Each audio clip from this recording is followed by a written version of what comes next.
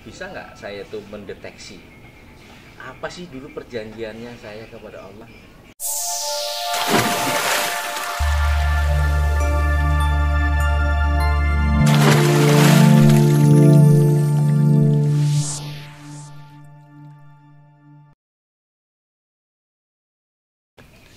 Nah, kembali lagi ke yang perjanjian ruh tadi ya Ustadz ya. Kira-kira mohon penjelasan ini Pak Ustadz nih. Seperti saya ini, bisa nggak saya tuh mendeteksi apa sih dulu perjanjiannya saya kepada Allah? Sebenarnya nggak perlu deteksi, cukup kita imani saja Pak. Kenapa? Karena nas ataupun bukti perjanjian itu sudah tertulis di dalam Al-Quran. Jadi yang dibutuhkan sebenarnya kita tinggal iman saja. Percaya bahwa walaupun kita nggak mungkin mengingatnya ya, mengingat terjadi dialog antara ruh dengan Allah Subhanahu Wa Taala, kita nggak mungkin mengingatnya. Nah, kita cukup yakin. Yang dibutuhkan kita cukup iman bahwa itu pernah terjadi di alam ruh. Nah, ruh itu masih suci. Nah, kenapa kok kita bisa lupa? Karena ketika ruh itu dimasukkan ke dalam jasad, jasad itu simbol dari sesuatu yang hina kan. Karena kan sesuatu yang hancur. Artinya ini jasad tubuh kita kan kotor kan dari air mani ketemu sel telur. Itu kan barang-barang hina. Ya, kan? Seperti itulah. Gitu coba. Ya barang-barang kotor lah gitu, barang-barang hina. Ya air mani suci tapi kan gitu. remeh, kotor gitu kan. Nah, makanya sesuatu yang mulia dimasukkan ke dalam sesuatu yang hina. Makanya nanti kalau cahaya ruh itu bersinar, artinya dia taat kepada Allah, nanti ruhnya yang akan bersinar. Akan bisa mensucikan yang kotor ini. Tapi kalau badannya yang dominan, dia akan tidak bisa memadamkan cahaya ruhnya. Sehingga terjadilah kemaksiatan, orang-orang yang berbuat dosa dan sebagainya. Itu karena cahaya ruhnya nggak bersinar kan, terlalu banyak dosa yang dia lakukan. Artinya bisa diasah dia. Oh, bisa. Dicas supaya terang terus gitu. Betul. Dengan banyak ibadah salah satu casnya. Gitu kan.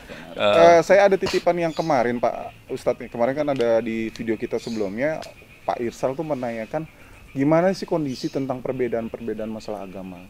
Terus misalkan ada pertanyaan lagi, misalkan contoh seperti ini, bayi dilahirkan tentu kodratnya masih suci, kan gitu kan. Tapi misalkan contoh saya kan termasuk dalam keluarga yang dilahirkan di keluarga muslim. Nah, misalkan ada seorang bayi yang dilahirkan di keluarga non-muslim. Kita tahu bahwa di Quran dijelaskan di Al-Maidah bahwa jelas Islam itu sudah disempurnain nama Allah dan memang sudah agama yang diridhoi beliau, kan seperti itu. Yang saya tanyakan, kalau misalkan pertanyaan beliau nih, Pak Irsal itu, kalau bayi dalam kondisi yang baru lahir di keluarga non-muslim meninggal, karena mereka masih kodratnya sebagai yang suci, berarti masih masuk surga dong. Oke, baik. Pertama mengenai agama yang berbeda-beda. Sebenarnya gini, Pak. Dari dulu itu agama ya satu. Ya, hakikatnya agama itu satu, Islam. Jadi kita buat mempermudah kita memahami tentang agama ini. Kita mengenal ada istilah hakikat sama nama, gitu ya. Jadi namanya boleh Yahudi, nama agamanya. Boleh Ahlul Kitab, boleh Nasrani, Nasoro gitu kan. Nasrani. Tetapi hakikatnya tetap Islam kan. Tunduk patuh pada Allah Subhanahu wa taala. Itu dulu ya, ngomong dulu ya. Nah, tetapi untuk Nabi Muhammad SAW, Islam itu menjadi hakikat plus sekaligus menjadi nama agama. Nah, jadi nama agama kita Islam. Hakikatnya ya tunduk patuh pada Allah sama. Kalau nabi-nabi terdahulu namanya mungkin ya tadi Yahudi, Nasrani, terus agama-agama yang mungkin ya. Nah, tetapi hakikatnya tetap ajarannya sama, tunduk patuh pada Allah Subhanahu wa taala.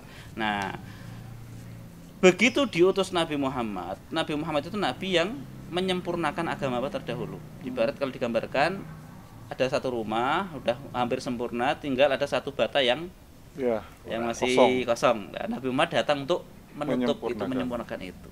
Maka kewajiban penganut pemeluk agama terdahulu setelah diutus Nabi Muhammad ya harus mengikuti Nabi Muhammad. Dan itu pula yang diperintahkan oleh Nabi terdahulu di dalam kitab-kitab suci mereka. Begitu. Nah, jadi agama itu sebenarnya satu. Kalau sekarang ada agama macam-macam, itu harus dipahami bahwa mereka berarti udah nggak sah ya. Kalau dalam Islam nggak diakui lagi sebagai agama hasil karya manusia kali ya. Kalau Yahudi, Nasrani itu memang agama samawi, Ahlul Kitab, Pak. Tapi kalau agama-agama yang lain ya yang lain lah ya pokoknya gitu ya. Itu agama buatan manusia. Kan tidak ada nabi. Pengertiannya agama samawi itu agama yang ada kitab yang diturunkan oleh Allah SWT. Nabi Isa, Nabi Musa kan ada kan? Ada Zabur, ada Taurat, ada Injil, itu ada kitab-kitab umat terdahulu. Tapi kalau agama-agama yang lain itu bisa jadi adalah agama buatan manusia sendiri. Tapi nanti kalau meninggal dapat barokah nggak tuh? Dapat? Ya kalau sekarang kita tetap meyakini bahwa agama yang diterima hanya Islam.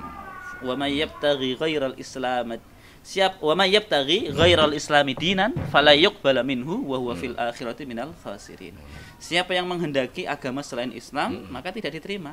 Nanti di akhirat termasuk orang-orang yang merugi. Itu yang kita imani.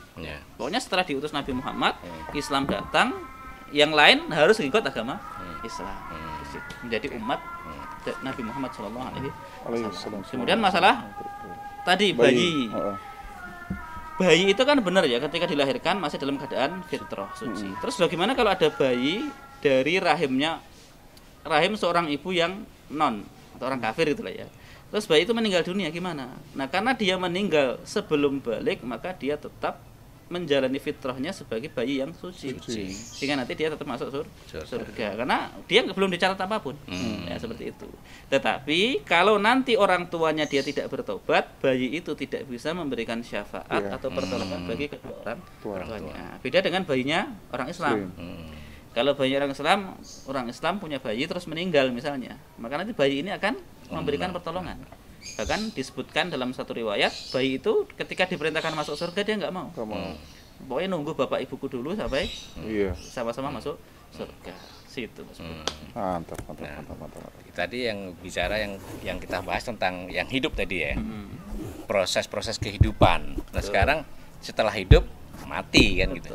Nah, mati itu sebenarnya sudah disadarin setiap yang hidup ya, khususnya manusia. Dengan akal pikirannya menyadari bahwa setelah hidup mati. Nah, mati itu kan tidak bisa dihindarin. Artinya mati itu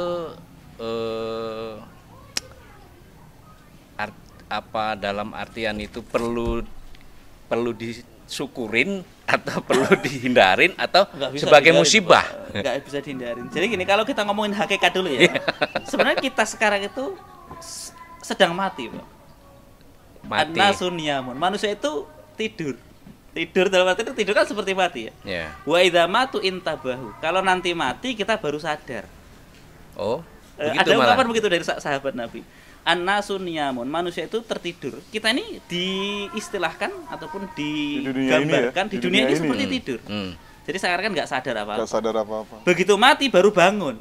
Ya akhirat sana baru kaget. Jadi mati itu kan sebenarnya hanya fisik kita yang mati, Pak. Ya. Ruh kita kan nggak mati. Nah, gitu kan. Dan kita orang Islam meyakini bahwa kematian itu hanya seperti satu pintu saja, satu gerbang satu gerbang masuk yang ya pindah dari satu alam ke alam yang lain. Seperti itu, Pak. Artinya bukan musibah itu, Pak. Kalau musibah itu gini, musibah itu kan kalau dari sisi bahasa ya musibah juga kan, apapun yang menimpa kita itu disebut apa? Musibah. Kalau kita meninggal berarti ya musibah.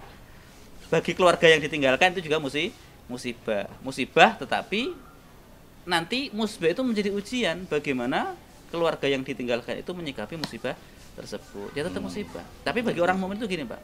Hidupnya ya baik, matinya juga baik. Itu harus kita yakini gitu.